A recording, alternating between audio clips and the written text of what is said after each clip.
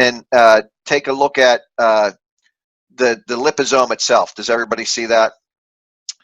So let me go ahead. So here's the whole thing. What we're going to do is the tumor vessels themselves that I mentioned before, around the tumor vessels, around the cancer grows so fast that these overlapping units that are like shingles on a roof, they're defective in that area. Does that make sense? So the tumor area has holes in it. What we're going to do is make a drug that fits in those holes. Does that make sense to everybody? We're going to make a drug that fits in the holes, and that's what we need to do. So the tumor vessels don't contain the same level of seal between the cells because they're diagnostically leaky. And people have known this for thousands of years. So, you know, in like back in Socrates' days or something, they discussed cancers, and they called those bloody masses, right? So this leakiness around that area is called the enhanced permeability, and permeability means a hole. And once you put something in, it can't come back out again. And that's one of the reasons that cancer mutates, because it doesn't get rid of waste products that well. So this is called enhanced permeability and retention effect. So I have this thing in here, you know, just an analogy. So in the tumor sites, they're like Swiss cheese. And we want to put our drug that falls into the holes in the Swiss cheese. Does that make sense? The surrounding area in your body doesn't have these defects. So here's a nice picture. So the nanoparticles in the normal vessels right here, in the left of the drawing, the normal particles don't fall into the healthy tissue. Does that make sense? But where we go, where there's the cancer, see, we see the tumor here shown in like the purple, then that has these holes in there. So now my drug that's going through the body, it can actually go into those holes. And when it goes into those holes, it goes into the tumor. Once it goes into the tumor, those drugs are of a certain size that they're going to be able to go through the cell membrane. And when they go into the cancer cells, they release the agent that ties up the DNA. Then the cancer can't divide anymore. Does everybody see that? So what you learned today is one method to cure some cancers. Does everybody see that? So naturally, people can't cure all cancers, but I will say naturally, or, you know, because you're younger people, really in my age, because I'm headed to retirement, right? So I'm an older guy. But when I was your age, if somebody had cancer, they were dead. And somebody said cancer, it was like a death sentence. Now today in 2019, due to drugs like this, when somebody says cancer, people say, good luck. I think you're going to make it, man. And that's true. So, you know, the ability to cure cancer with different treatments, and I'll go back to like this slide, these specific drugs, what they're doing is they target different areas. So different cancers are more susceptible to looking at like cyclican A or things like this in these different areas than others. And the drug we're specifically looking at is the one that does this. So it's going to do some cancers more than others, and it's going to do things like Kaposi sarcoma. It does that really well, and that's what we're thankful for. So today, in that one specific cancer, type of cancer, Kaposi sarcoma, that we can cure that with this particular drug rather well. So this isn't a universal cure, but it is a methodology that's used a lot in different types of drugs. So again, here's another drawing. So shown on the left, this is the healthy thing where the cells overlap. And over here, shown in the black, that's like the cancer cells. So our drug's going to be able to go through those defects. Does that make sense? I wanted to get some cartoons in there so you can see the difference. So to a doctor, what do we want to do as a doctor? We want to kill the cancer, right? We want to kill cancer, but we don't kill the rest of the patient. And you guys have all seen people with cancer. What happens to them? Their hair falls out, they lose 35 pounds, they puke, they're sick, because when they're killing the cancer, they're also killing the patient. And that's just what people do now. I had cancer myself, and I'll tell you, it was insane. It was like medieval. I couldn't believe how insane it was, because when they were trying to kill that cancer that was in me, I'm telling you, they came close to killing me. it took me easily a year or more to be able to heal. I couldn't lift a gallon of milk. That's how weak I was. Because what they were doing is they were killing me when they tried to kill the cancer. This is better because what we're doing is specifically just killing the cancer, but not the rest of the patient. Does that make sense? For my cancer, the one that I drew the cancer card, right? So sometimes you just get lucky and get cancer. So I got lucky and got cancer. This particular cure didn't work for my cancer. So I had to have like radiation. And radiation is close to being like burned at the stake. It was just like insane. You don't want to have radiation. So, hey, don't smoke. I already said that. How about that? So a liposome, let's define that. A liposome is a nanoparticle, a man-made nanoparticle, and it comes from the Greek word lipo, which is fat, and soma, which is body. So it's a fat body. So basically what we're doing is we're making like a greasy donut.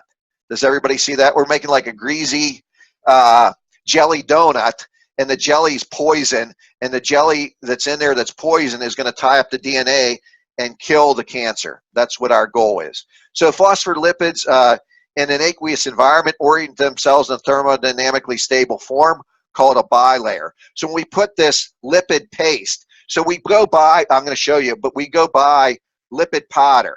It's basically like powdered eggs. So again, I'm using a lot of analogies here, so they're not, analogies aren't literal, so they're a story, right, to convey an idea. But we buy something like powdered eggs or powdered soy powder, and when we put that into water, it'll form these little donuts, but it forms all kind of different size donuts. And we recall from my discussion before, I want to have the donuts that are less than 100 nanometers. Does everybody see that? So I'm going to have to figure out a manufacturing methodology that I can reliably make my poison jelly donuts, which is the liposome, a certain size and a certain size distribution. And that was one of my first slides when I had the Venn diagrams. So I'm trying to hit those key items in my discussion today. So a liposome is an artificially prepared vesicle composed of a lipid bilayer.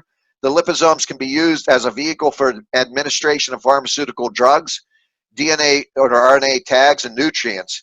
And what's important here is we're copying nature, so the liposomes are biodegradable. Does that make sense to everybody? So we're doing, like, I think, really logical work here. I know this is a complex subject, but if you follow the main themes, this is actually a very, very cool story. I know it's complex, though. So we're video recording this. You might want to play it twice. And it's, well, for the Penn State guys, even the NSU guys, you can call me up, or I can do some kind of another Zoom or Skype or something to answer your question. Very, very interesting topic, right? So this is the liposome and what it looks like, and it's a cutaway version, right? So here's somebody made this, I think, in the Czech Republic from the notation down in the bottom, I think so. So over here is a drawing, and I like it. I like the colors. It's really cool, right? So it's like a cutaway version of like a jelly donut.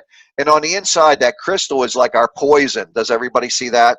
And then that lipid layer, can you see that around there? I'll get my pointer. This is the lipid bilayer. Does everybody see that? And then on the outside is this fur. And we didn't discuss that fur. What that furry stuff on there is sugar. And basically what we do is we make a sugar donut. And if we put in a donut that doesn't have sugar on it, the body's like, hey, where's my sugar? It would see it as form an object. So basically what the sugar is on this outside, this pink sugar, that is like stealth technology. So that's called polyethyl glycol. And when we put that on the outer core of the liposome, we actually do with self-assembly. We'll put that on the outer core of the liposome, and the body sees that liposome with the sugar on it, and it doesn't send like white blood cells or anything to attack it and get rid of it, because there's a bunch of things in your body to get rid of foreign objects. So we can't send in like a naked liposome. What we do with the liposome is we dress it in a polyethyl glycol fur. When we do that, it'll stay in your body for like 3 days before it gets, you pee it out or whatever, your body gets rid of it. Does everybody see that? And if we didn't have the sugar coating on there, your body would get rid of it in 20 minutes. So importantly, let's go over this again. A naked liposome without sugar coating will stay in your body for 20 minutes. When we put sugar on it, it'll stay in for 7 days, or 3 days, I'll say. Does that make sense? So let me go back up to this drawing. What I'm doing is my liposomes are flowing through your bloodstream. They have to be in there more than 20 minutes, and they want to go through your body a bunch of times, because every time they go through where there's a tumor, there's a chance they fall into the tumor and deliver the poison.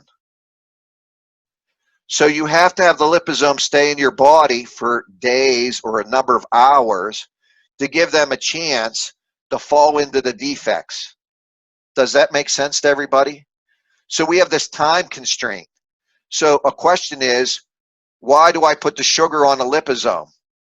And the answer is, I need that because it has to go through the bloodstream multiple times, because every so often, some's going to fall into the tumor.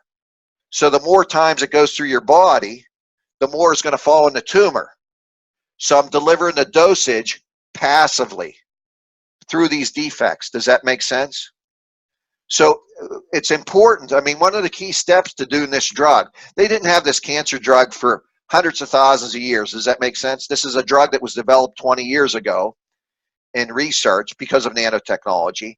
And the reason is this was so complex. So this is a complex story. But we need to define this drug and put the sugar on here. And when we send it through, it actually falls through and goes into the bloodstream. Does everybody, into the defective endothelial cells, the lining cells in the tumor region. And that targets the drug to the tumor only. And that's the holy grail. We want to kill the cancer, but not the patient.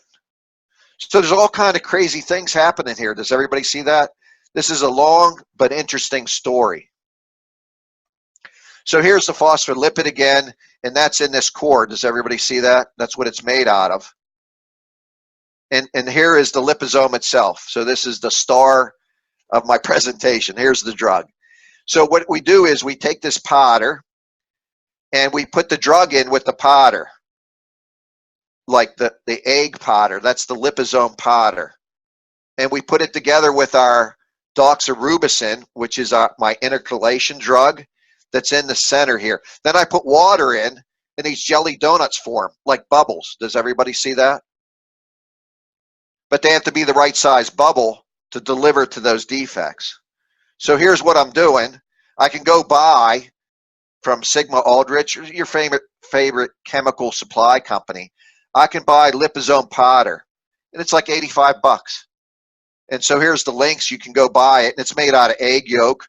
You can buy other stuff that's made out of soy powder, but here's the links for it. And when you buy this powder, basically you put the powder in a test tube kind of thing, and then you put in your drug, your water-soluble drug, and then you mix it up. And when you mix it up, that powder forms into these jelly donuts. Does everybody see that? Like this, it forms in this foamy stuff. And then what you do is you take that foamy stuff, and that's your drug. And what it did is the drug that you put in there, it captured that in the inner core. So when we put the foam, when we put the egg powder in there and the water and the drug, it's going to form into these energetically favorable spheres. And now they're all different diameters, though. That's a bad part. So they form in all these different diameters. So this is what it looks like, the schematic. Does this make sense to everybody? So I buy my dry lipid powder, I add my poison and the powder, and I put water together, and it swells together, and it forms these little spheres. Does everybody see that? But they're all kind of different sizes. The next point is, like looking at one of our first slides, we would have to have a narrow distribution of like 100 nanometer or 70 nanometer particles. And now we have a wide distribution of sizes. So basically what we're going to do is we're going to take all these different size jelly donuts, and we're going to push them through a screen, and they're all going to pop out the same size jelly donut. Does that make sense to everybody? So this is the extruder right here, and this is a guy's hand for scale, right? So in the middle here, what we do is we put a 100 nanometer screen or 70 nanometer screen, and we put my liquid juice in both of these hypodermic needles, and we pass them back and forth, back and forth. And every time we do, we make them into a different, we make them into a closer size. Does that make sense? So as we extrude them, every time we do that, we get closer and closer to my goal, which might be, we'll say 70 nanometers, for example. And that's, so when we first get our jelly donuts, they're all these different sizes. The one we want is this SUV down here, 20 to 100 nanometers, let's say 70. But we got these bigger ones, so we don't want them. So we actually crush them through that screen back and forth, and we form the 70 nanometer one. So the initial particle, the goal that we want is something here. See down at the bottom, like 100. In this example, it's 100. So we want 100. When we start out, they're all big. They're all like 1,000. Does everybody see that? Or 2,000, 3,000, whatever this number represents down here. So they're about this size. And that's too big because the cell wants to take things under 100 nanometers. Does everybody see that? So what we do is we pass them through that membrane 3 times. And then we start getting a distribution like this. When we do it 11 times back and forth, so now I take this stuff, see this MLV? I'm taking MLV, I put it in these tubes on either side, and I pass it through the screen like 11 times. And when I do, I started with these big pink things, and I get this small one, and that's the one I want at 100 nanometers. Does everybody see the manufacturing there? So I started with this big collage of all different stuff. Then I put it through the screen back and forth, and I get that specific one that I want. Does everybody see that? So I just made a cancer drug. Does everybody see? Everybody's in. I made a cancer drug today. So now when I made that drug, it's of that size that it can fall in these holes. Does everybody see that? That was my goal, is to make something that's 100 nanometers, because 100 nanometers is not going to go through these cell membranes, but where the cancer is, that 100 nanometer stuff is going to be able to breach these defects and then go in and then kill the cancer. So this is actually from the patent from this drug called doxorubicin, which I think is one of the first liposomal drugs that were approved by the FDA and EPA, et cetera. It has to be approved by all these places, and the drugs and whatnot. So this is the first one. So in the first picture, we have our sugar-coated liposomes, and the cancer, for your vision, is in the calf region over here in this guy's left leg. And we put it through, and you can see that we actually tagged it with a radioactive element, and we can see where the liposome is at in the body through an X-ray. So we're tracking radioactively tagged liposomes in the body. After 4 hours, it's all distributed throughout the body. Does that make sense? And in 4 hours, if you didn't have the sugar coating on there, you would pee it out or something. Your body would get rid of it, right? It would filter it out of your body. But we put the sugar coating on there, and it's staying in your body more than 4 hours. But it really is not going to the place that you want. But after 24 hours, we can see that it starts building up in this guy's leg. Does that make sense? Then after 48 hours and after 96 hours, we can see that that drug is building up in those areas. Does that make sense? So we delivered the liposome drug to a tumor in this guy's calf, his calf muscle on his leg. Does everybody see that? Or the calf area in his leg. It's a skin disease. So it's the skin on his calf. So then we do biopsies of, like, we do a biopsy of his thigh up here, and then the calf, and then the surrounding areas. And here's what it looks like. We did an area like shown in red. This is the normal skin near the tumor. And that's the amount of poison that's in there. Hardly any at all. Does everybody see that? And then we take a biopsy of the tumor and show how much drug is in there.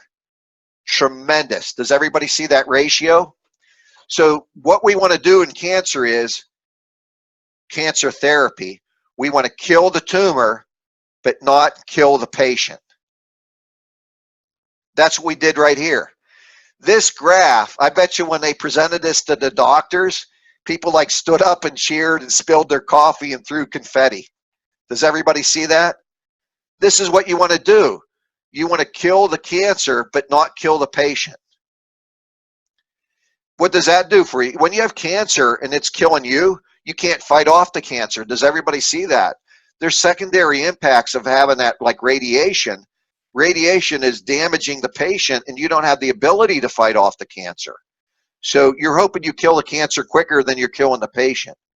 But with this particular treatment, you're getting all these advantages, right? You're getting localized cure. And that's what that's the big thing that everybody wants to see. So I hope you guys can appreciate that this graph, like people in cancer, like this is the graph we want for every cancer treatment. And this would be leaps and bounds. Well, this is leaps and bounds for this particular type of cancer. So this Kaposi sarcoma cancer. And this is a cancer that's found in humans, but it's especially prevalent in humans that have AIDS. So when you have AIDS, AIDS breaks down your protective systems in your body, the immune system, and you're more susceptible to getting this particular type of cancer. So this is a cancer that's related in some ways to AIDS, right? So this is important. Does everybody see that? So look at these slides. We're selectively delivering the drug, and then we're putting it in the area that we want. We're getting this ratio, and that's a cancer cure. So today's presentation, we learned how to, in this area, cure Kaposi sarcoma. And we did this strictly through nanotechnology. Does that make sense? So the tumor vesicles do not contain the same level of seal, and they're leaky. And this EPR allows the drug to go into the leaky sections. The doxorubicin, which is the poison, ties up the DNA, intercalates the DNA base pairs, and this shuts down the cellular division, and it kills the cancer. So what the liposomes do is they passively target the tumor area and cure the cancer in that localized region. Does everybody get that? So I know it's a long story. It's a very complex story, but you guys know it's not easy to cure cancer, right? The other thing I'd like you to think about, this is a very difficult presentation. In some ways, we went through it quickly. You know, I'm not requiring you to know that much, but actually to understand this presentation takes a lot of dedication, and it takes a lot of intelligence, and it takes a lot of understanding science. And I know if you go back to school, you know, depending on where you're at in your education, if you take a couple more years, you know, if you're a sophomore or something, you'd be able to go to a company and make these cancer drugs. That's crazy.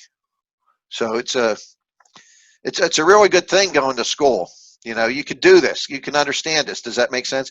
Maybe this presentation is hard because it's the first time you've seen it, and I understand that. But you guys have to see, you understand this presentation pretty well. And you take classes in nanotechnology and take degrees in nanotechnology, you can do things like this. Does everybody see? This is very, very powerful. So I'm really happy to give you this presentation to show you that when you go to school, you can do things like this. You know, you can cure some cancers now. And you could use these algorithms and your science to cure further cancers. So this is like really neat. I think this is a good presentation. So this is a review, right? And so here's a summary. Biological processes set the scale. So we pay attention to how big a size of a cell is. We make a drug as big as a virus. We make the drug stealthy. So, and then we design it so it only goes to where the tumor is. So nanoparticles such as liposomes are appropriate size and scale to interact on the cellular level for tumors, and they can you know, cure cancer. And again, I guess, you know, the overall thing here, I wanted to give you a presentation. You know, I wish I had 9 or 10 hours to talk about the subject to you, just liposomes. But, you know, this is a good presentation to show you that, you know, understanding nanotechnology and understanding biotechnology is a good pathway to use your nanotechnology skills and get jobs and benefit society, you know. So I think you should be really proud of, you know, being engineers and scientists, because we could do things like help people. You know, we can design drugs, We can make people healthy. We can make more efficient cars. We can make more efficient power generation. So we can positively impact the environment. We can positively impact the food cycle, the food chain. So I think your work in nanotechnology is important, and it greatly benefits society. So because engineers tough, and being a scientist is tough. So you have to have that realization that there's a reward at the end. So you make a sacrifice now, and your reward is the ability to do these things. Morally, it's good, and it also pays good. So then you could buy a big fancy car, jet skis, a house that's so big you don't even go in any of the rooms, and make your life so complicated that it's depressing. So you can look forward to that too, right? You can get a sports car, it's real fast, get a ticket and get put in jail. Does everybody see that? Go buy a Ferrari or something and get in prison. So look forward to that. We get a patent, have so much money you get in trouble. Does everybody see that? So that'd be good. So hey, thanks for paying attention to my presentation. So I'll open up the microphone for questions from you guys. So be rich, wealthy, and get in trouble. That's my wishes for you. Any questions here, guys? Any questions here at Penn State? You can compose, or if you have a question. I mean, I think this presentation is rather simple. I can't hear the question if you'd repeat it, or I don't know if there's a question. They appreciated, especially the level of the presentation, that they found it very useful and handy. Thank you, Terry. I didn't think about this, and I could have done this at NSU State and all that other stuff too. I should have passed out jelly donuts today. That would have been creepy, huh? Yeah, I would have done the jelly, because I did the jelly donut analogy like 100 times. I should have put some. And actually, by my house, and I'm telling you, this is serious. In Pennsylvania, there's a lot of Amish, and I live in an Amish area, Amish community. They grow all like fresh raspberries and strawberries, and they make like homemade jelly-filled donuts, and they're like the bomb. They're just incredible. Like every morning I come to work, and they're in the field picking. Right now, it's strawberry season. So you guys here at Penn State, because I don't know in the other areas, but you should go to the farmer markets around here, because it's all fresh strawberries and stuff. So walk downtown. They have. Today's Thursday. I don't know if I think the farmers market is today. Yeah. Yeah, go down and get some berries. Right. And they have a lot of Amish down there selling goods and stuff, and fresh cheese and whatnot. It's really neat. Take advantage. I always think the simple things in life are the best, like a good cup of coffee or tea or fresh strawberries or a good donut. That's why you work hard. Mm-hmm. Those things are what makes life special, I think. Me. So I think Joshua has a question here. All right. When you say that it ties off the DNA, does it like tie off the ends of it, or does it just stop the RNA from happening on the opposite side and creating the opposite That's side? a good question. So, I mean, to draw a picture for you, let me go back up in my presentation so I can show you. A lot easier with a picture, I guess, if I could find it. So the DNA is like this. It's in number one. The DNA is together, and that's in one cell. But what it has to do periodically, it has to open up, and then a subsection of the DNA, they're going to make a clone of that. So the DNA is like a hard drive. They're going to like express an RNA piece, and that piece is going to be like a particular program. Does that make sense? And then from that program, they're going to write proteins. And that's one part of the DNA story. So you need to unzip it to do that. But also to unzip it in number two, it unzips the DNA into two sections, because when the cells divide, each cell needs a segment of that DNA. So basically you clone the DNA, and you have to have two DNA segments to have cellular division. Does that make sense? So basically what the doxorubicin does, or Doxil's the name of the drug. Doxorubicin is inside. It's like a tie wrap, and it'll keep this from splitting. Does that make sense? And if it doesn't split, it can't do the cellular division. So here's the cell cycle. if we don't have the ability to split the DNA into two pieces, then we can't have cell division. So basically, it's like handcuffs, and it ties that up just so it can't unzipper. It's like a zipper. So that's a funny story talking about Amish, because Amish aren't allowed to have zippers. So it unzips.